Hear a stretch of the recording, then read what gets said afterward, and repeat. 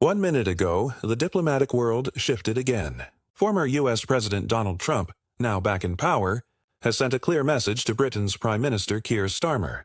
The era of automatic friendship is over and the payback has begun. What began as political rivalry years ago has now evolved into a full-blown test of loyalty, power, and consequence. And for the United Kingdom, the costs could be enormous politically, economically, and strategically. During Trump's first presidency, Labour politicians frequently criticized him, often harshly. From the backbenches of Parliament to official government statements, phrases like racist, dictator, and unfit for office became common. Now, in Trump's second term, those words have returned not as debate, but as policy reality.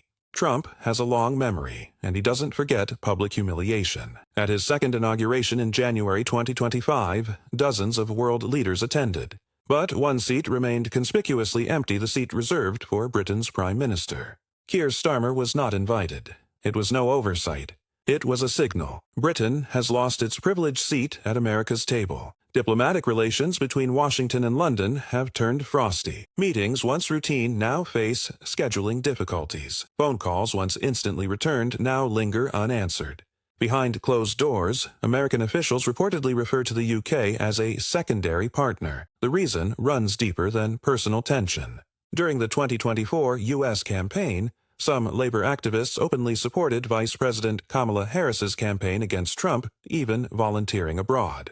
While not officially illegal, it crossed a line diplomatically. To Trump, it was foreign interference, a betrayal by a supposed ally. And when Donald Trump feels wronged, the response is economic. America remains Britain's single largest trading partner, with more than $220 billion in annual exchange. Now, reports suggest new U.S. tariffs targeting British steel, pharmaceuticals, and automotive exports are under review. A 25% tax on UK goods could devastate British manufacturing, hitting jobs in Birmingham, Manchester, and the Midlands regions already struggling with post-Brexit trade uncertainty. Analysts warn that if trade restrictions expand, the UK economy could contract by up to 2% within a year. Inflation would rise, the pound could weaken, and the cost of living would climb again. Starmer has attempted to open communication, sending congratulatory letters, proposing visits, even offering to coordinate on climate and security. But Trump's administration has remained cold. To make matters worse, Starmer's choice of ambassador to Washington veteran diplomat Peter Mandelson has irritated Trump's circle further. Mandelson represents an old guard, pro-EU image that many in Trump's camp associate with globalist politics. Some U.S. commentators have already labeled the appointment tone-deaf. The symbolism is striking. While British diplomats wait outside White House briefings, leaders from Italy, Hungary, and Argentina walk straight in. Enter Elon Musk. The tech billionaire has become one of the loudest voices criticizing Starmer's government, particularly on free speech laws and digital regulation. Using his global social media platform, Musk has drawn millions of viewers to his criticisms of the UK's Online Safety Act, which he calls state censorship. He's also publicly praised Nigel Farage and the Reform UK Party, giving them international attention rarely seen for a British opposition movement. In the court of global opinion, Musk's influence has tilted the narrative. The British government looks cautious while its critics appear bold, and the irony couldn't be sharper. While Britain's Prime Minister was left out of Trump's inauguration, Nigel Farage was there in the front row. Farage, long known as the political outsider who helped drive Brexit, now enjoys renewed attention in Washington. Trump publicly called him a respected leader and a true friend.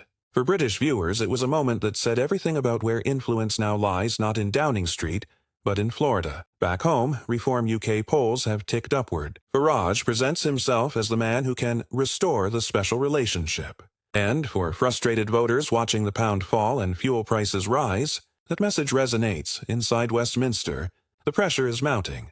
Leaked reports suggest senior Labour MPs are quietly discussing contingency. Plans even possible leadership alternatives like Wes Streeting or Angela Rayner. Figures who might rebuild trust with Washington faster. Civil service memos warn of potential recession if U.S. trade deteriorates further. Treasury officials estimate that Britain could lose $30 billion in exports within 12 months under expanded tariffs. Privately, Diplomats admit they are being frozen out of key U.S. security briefings, with France and Germany now receiving invitations the UK once took for granted. While the UK struggles to repair relations, other powers are moving.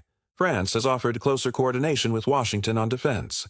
Germany is promoting itself as the reliable European partner. India, Japan, and South Korea are deepening economic dialogue with the U.S. Britain, the nation that once defined the special relationship suddenly finds itself outside the inner circle, watching alliances evolve without it. For global rivals like China and Russia, this split is strategic gold. Chinese trade envoys are already proposing new investment deals in Britain's infrastructure, while Russian media calls it the fall of the empire. Meanwhile, ordinary citizens are starting to feel the consequences. Higher import costs, rising energy bills, and market uncertainty are squeezing households. British pension funds have already reported losses from weakened transatlantic investments. In Birmingham and Leeds, small manufacturers dependent on U.S. orders are cutting staff. Financial experts warn that the situation could trigger the UK's worst trade downturn in decades if diplomacy doesn't stabilize soon. Keir Starmer insists Britain will not bow to intimidation. In speeches, he emphasizes principles: the rule of law,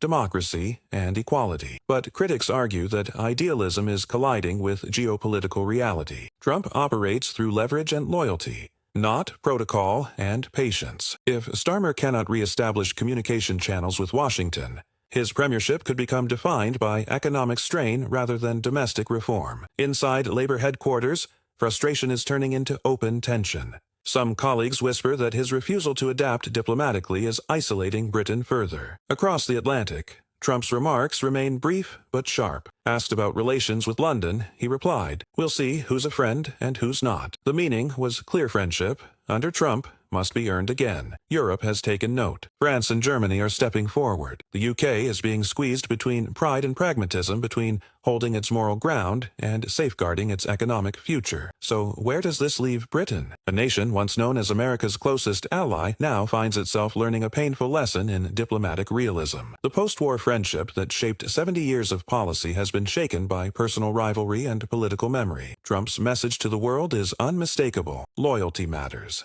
and disrespect has consequences. For Keir Starmer, the challenge is monumental: how to defend Britain's values while protecting its economy in a world where personal grudges can reshape global trade. The coming months will decide whether this is a temporary rift or the beginning of a historic realignment, because in today's world, power moves fast and revenge moves even faster.